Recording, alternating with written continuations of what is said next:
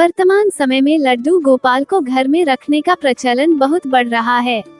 ऐसे में कोई उन्हें अपना बेटा, कोई सखा तो कोई पूजा के लिए उन्हें घर में लेकर आता है।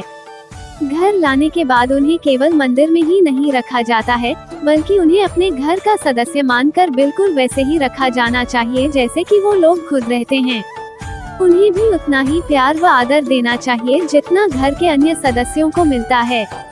इसके अलावा कई लोग तो कहीं पर जब आते जाते भी है तो भी वो अपने साथ लड्डू गोपाल जी को लेकर जाते हैं। ध्यान रहे, जिस तरह आप अपने बच्चों का जन्मदिन मनाते हैं, उसी तरह जन्माष्टमी के अलावा लड्डू गोपाल के घर में आने की तारीख के अनुसार भी लड्डू गोपाल का जन्मदिन मनाना चाहिए। तो चलिए जानते हैं कि लड्डू गोपाल को घर में लाने के क्या फायदे होते हैं, साथ ही उन्हें रखने के क्या नियम हैं। इस दिन लड्डू गोपाल को लाएं घर। लड्डू गोपाल को घर में लाने के लिए वैसे तो कोई शुभ मुहूर्त नहीं होता है, लेकिन अधिकतर लोग जन्माष्टमी के दिन इन्हें अपने घर में लाते हैं।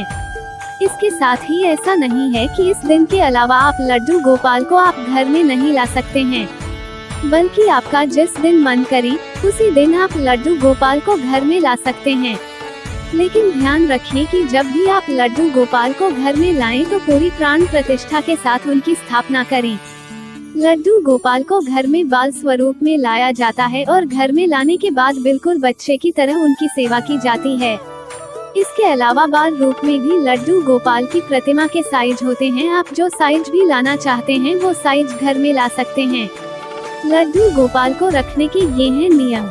आप घर में जब लड्डू गोपाल को लाते हैं तो इन्हें रखने के वैसे तो कोई कठोर नियम नहीं है, लेकिन कुछ बातों का ध्यान रखना जरूर आवश्यक है, जिससे इनके प्रति आपके आदर भाव और प्यार में कोई कमी नहीं हो। तो चले अब वे नियम जानते हैं जिनका ध्यान रखना आवश्यक है। नियमित रूप से आप जिस तरह अपने बच्चों को नहलाते हैं, उसी प्रकार लड्डू गोपाल को भी आपको रोज स्नान करवाना चाहिए। इन्हें दूध, दही, शहद, गंगाजल, चीनी आदि से स्नान करवा सकते हैं। इसके साथ नहलाने के बाद लड्डू गोपाल को अच्छे से साफ करके साफ सुथरे वस्त्र पहनाएं और श्रृंगार करें। ध्यान रहे, श्रृंगार करने के बाद इनकी पूजा अर्चना करें। इसके साथ ही घर में जो भी सात्विक खाना बनता है उनका सबसे पहले भोग लड्डू गोपाल को ही लगाएं। हमेशा एक पानी का गिलास इनके पास रखें। साथ ही कान्हा के खाने में तुलसी का पत्ता जरूर रखें। घर में कोई भी खाने की चीज आए तो सबसे पहले लड्डू गोपाल को ही भोग लगाएं। इसका कारण यह है कि लड्डू गोपाल आपके घर के सदस्य होते हैं। साथ ही यह भी ध्यान रखें कि उस चीज में प्याज, लहसुन आदि नहीं हो। इसके पश्चात रात के समय कान्हा को सुलाएं और सुबह फिर से वही प्रक्रिया करें। कुछ लोग घर के मंदिर में रखने के लिए कान्हा की प्रतिमा लाते हैं। वो चाहे तो वे भी इन नियमों का पालन कर सकते हैं, नहीं तो सिर्फ पूजा और भोग लगाकर ही इन्हें मान सकते हैं। यदि आप कान्हा को अपना बेटा बनाकर लाए हैं या उनकी सेवन उठाकर लेकर आए हैं, तो आप लड्डू गोपाल को कभी भी घर में अकेला छोड़कर नहीं जाएं, क्योंकि ये उनका बाल स्वरूप होता है और आपको ये पता होगा कि छोटे बच्चे को घर में अकेला नहीं छोड़ते हैं। ऐसे में या तो आप उन्हें अपने साथ लेकर जाएं या फिर किसी भरोसे वाले व्यक्ति के पास उन्हें छोड़कर जाएं, जो उनकी अच्छे से और पूरे भाव से पूजा करें। लड्डू गोपाल को कभी भी झूठे हाथों से नहीं छुएं और न ही किसी को छूने दें। कारण यह है कि ऐसा करना अच्छा नहीं माना जाता है। ध्यान रहे कि पूजा के बाद माफी जरूर मांगे, क्योंकि यदि कोई गलती हो भी गई होगी तो कान्हा उसे माफ कर दे। घर में लड्डू गोपाल के फायदे। घर में लड्डू गोपाल को रखने के बहुत से फायदे हैं।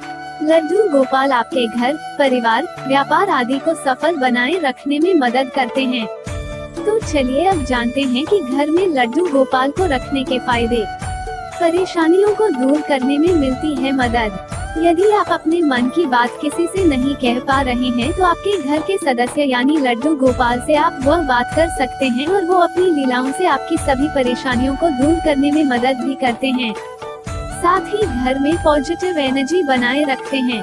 वहीं पूरे श्रद्धा भाव से लड्डू गोपाल की सेवा करने पर जब आप मन की इच्छा को लड्डू गोपाल के सामने जाहिर करते हैं, तो वह आपके मन की सभी इच्छाओं को पूरा करने में आपकी मदद करते हैं।